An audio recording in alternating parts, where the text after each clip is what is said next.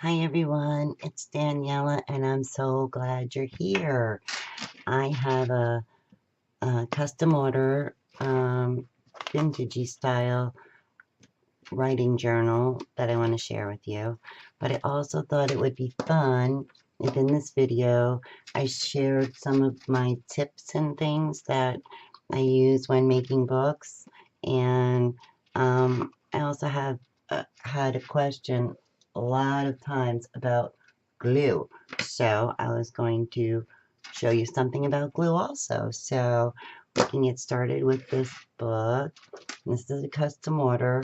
She wanted a journal to actually write in with white paper, only a few images, but wanted the white lace, this picture on the front. She provided me all the pictures she wanted, some pearls around it, and a custom dangle that, of course, is hard to show how pretty it is while it's not hanging, but as you see, it's in the colors of red and white, which is the colors in the book, with this pretty little angel hanging at the bottom. It's got a 2.5-inch spine, and no, I don't even remember. I think it's, yes, it's 8 by, I think it's 5.5. The lace is hanging over a little bit. This is cotton lace. So pretty. I used, who made this paper? It's specialty paper. K & Company is the spine. It's almost got a shine to it. And then this is just regular red cardstock. I used a little bit darker red to match the little girl's skirt on the front. Is it lace on both sides? Here is the top. It has 4 signatures with 8 writing pages, and then the 2 pictures are together, so it becomes a pocket. The back is the same as the front. And then I tied it together with some white seam binding that I put through some brads. She did not want it to be very busy and stuff, so I didn't make it too busy. I hope you can see it's not too bright. I love this punch. I've used it before. I told you it's an old Fiskars punch, but you know, when it's laying down, you can see each layer of the scallops. I love that. Excuse me. Sorry. I used the punch on the regular paper, on the cardstock that I put in, and the regular paper has lines. This is more of that K & Company specialty paper. I hate to zoom you in more because then you'll not be able to see anything. I don't know if you could see there's like a subtle flowery background. And the silver paper on the bottom is also from that collection. So I made that for a pocket on a piece of paper. Nice. So there are 5 cardstock pages and 5 regular pages. All the cardstock pages have this punch on them. So we're not going to go through the whole thing. It's a 5-hole pamphlet stitch. You can write on plain side, you can write on whatever, and then in the middle she wanted some flowers and angels or things like that. So this is one, and it is a pocket that I reinforced at the top with an extra piece of cardstock. I know you can't see, but I did that just so that this way it would be nice and sturdy. And then same thing in each signature. Here's this picture and that picture. The center of this one has this picture and oops, that picture, and I guess that's it. That's all 4. No, I have one more. Whoa, wow. I think I'm going crazy. Of course I am. Sorry. Okay, more of these pretty roses, and then one more angel picture. Now we're at the back. It's another pocket, like I showed you before. She wanted it nice and simple, but yet a vintage kind of feel. And I hope that she loves this as much as I loved making it for her. So now that you saw the book, which I think is awesome, I was going to share a couple of things with you. Some tips. Maybe you know them already. I'm almost 100% certain you all know all of the things I'm going to tell you today. And I'm just going to look silly. But I always think about people who are new to my channel, whatever it is. Maybe they don't know. So I thought I would tell you things that what I do. I don't know what other people do. I can only speak for me. So what I wanted to share, first thing I wanted to share was the pages of the signature. If you look, remove the center for a minute. Let's see how I can show you best. Here. This half here is 1, 2, 3, 4, 5. Yeah, this is 8 pages here. And as you can see, I know that they're all scalloped and stuff, but they're the same size. Normally, as you add papers, they keep starting to stick out more and more and more. I hope I'm making sense. You know, one paper folded is fine, but when you start adding more, they start hanging out more and more. So what I like to do is my first 2 pages will be, in this case, the first 2 pages were, the plain paper was 5 1/8, and the pattern paper, because it was going to be pattern paper, cardstock, because it was going to be die cut, punched, was 5 1/2. So I did 2 pages, and then the next 2, I take 1/8 of an inch off. So then they went to 1/8 of an inch. We have these, this one, and this one. As you can see, the next one, looking for the red here. Let's look like this. See, can you see it's shorter? It comes up to here. So now that one's a little shorter, and then we get to the next one, which is 1/8 of an inch shorter. And in doing that, in the end, you have all even pages, so that your journals are always very professional looking. So I did that, but then in the center, because the pictures were big, I wanted them to kind of stand out. So what I did was I punched paper.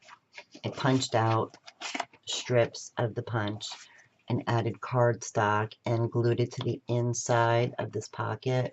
So now when the book is tied, closed, or whatever, excuse me. Also, I'm sorry if I sound weird. My new camera is giving me fits. It won't let me record in stereo. So I have like a very monotone. I have to fix it, but for now, anyway.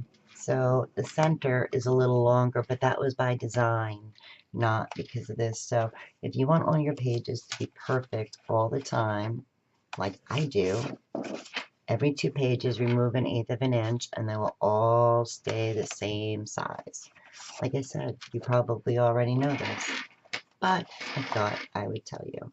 The other thing I wanted to share was when attaching trims or pearls, you put down glue and then you lay your pearls or your trim down. And sometimes it wrinkles up, or with me with the pearls, they did not want to stay straight for anything. So what I like to do in this case is I run a bead of glue, then I put my pearls where I want them. Because it was a longer string, I was able to pull it tight to the end. Here they are. Find the end. I was able to pull it tight to the, you see what, this is perfect. Can you see this? Look. I'm going to glue this down and then what? Sit here for an hour? So what I like to do is put it here, just to the sake of argument. I like to take these big clips and then I clip it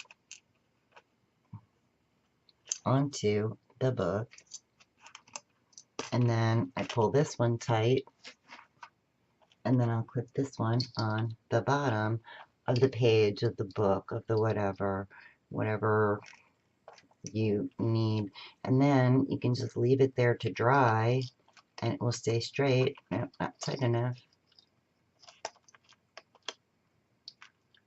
This is my bag. You see I'm on here now, I look silly. Pull it tight, and it usually, there we go. Now you have this straight line. Of course, I would have it attached to glue, and you leave it here, and when you unclip, your beads would be straight and glued and lovely with minimal hassle, effort, and insanity. At least that's what happens to me. Another thing I like to do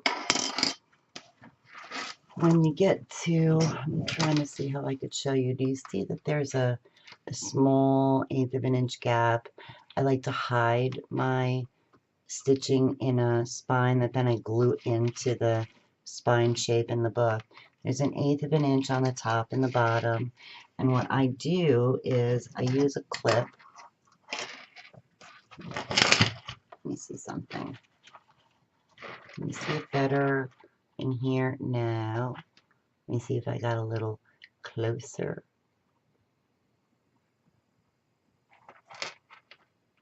Is it showing? Can you see there's the smallest of gaps? Let me spin it. This one's a little better, probably easier to see. Do you see that line? It's right there. What I do is I take a clip and I pinch it right there. And then I line up my template so I could poke the holes or whatever. No, it's more for measuring reasons. And then I know that the pages will fit right because I've made this permanent holding of it, and all the pages will be marked exactly the same. So it's just a tip if you want to make sure. You want to take away the room because this piece is bigger than your pages. So you want to cover up that extra space so that when you're using your template, it's equal with your paper. I hope that makes sense. I'm trying to tell you tips to make your life easier, and I feel like I might be making it harder, but I'm trying. So the other thing I like is that when I am poking my holes, I like to use this paper piercer here. See how thin it is? I'm trying to put it, it's really nice and thin. But then my needle is not as thin, if you can see. So if I was to use the needle to poke the holes, I would have really big holes. And I try to keep them as small as I can so that this way, pardon me, so this way the thread doesn't get loose. That's why I poke the holes thin with this paper piercer. So now you're saying, well, you're putting a bigger needle through a smaller hole. Yes, and eventually the hole will obviously be a little bit bigger from the needle, but as long as the longer I can keep it from getting bigger, the better. And sometimes it's difficult to get the needle through, so I just pull it through out with pliers, and that makes it super easy. But I wanted to tell you that's how I do my holes, way thin, and then all of my needles, even my curved needles, they're all bigger than the holes I make because bunch of needles here, because the eyes have to be so much bigger. That's what the problem is. Oh, you can't see the eye from there. Duh. Oh no, I'm just making a total mess of this whole thing, aren't I? Well, know that I tried. Just now maybe. see, the eye needs to be big for my thread. So that's the story on that with me, that I like to do that. And the last thing in this video, because I'm sure you're all ready to kill me, you're all like, no, I have two things. So you're really just gonna, you're all gonna revolt. You're all gonna boycott me. I know. Dental floss. Oh, this is so old. Look, there's no writing on it. Waxed linen thread. Waxed linen thread is fine. It's good. It's also expensive, and I feel like your average random, whatever this thread, crochet, embroidery thread, is super awesome and much cheaper. I will probably never go through this in my life. So, and this is expensive, but if you're looking for waxed linen thread, dental floss, waxed dental floss is a suitable alternative if you feel like the wax and the, I mean, if you floss your teeth, you know this stuff is not easily broken. So I just wanted to give you a little tip that you can use dental floss instead of waxed linen thread if you want. You can also use anything you want, thread, baker's twine, this stuff, but I just wanted to let you know an alternative because I've used it and it's good. So if you like that. And now about the question I'm asked all the time. The question is, how do I get my glue or mediums or whatever it is to not wrinkle my paper? What kind of glue do I use is really the biggest question.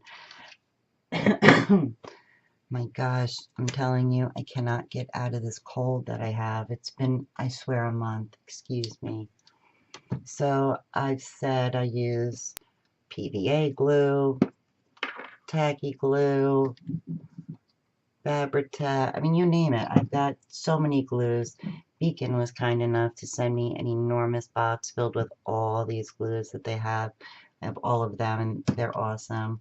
So I keep telling people it's not, doesn't matter about the glue. It's really not that, that's not the point.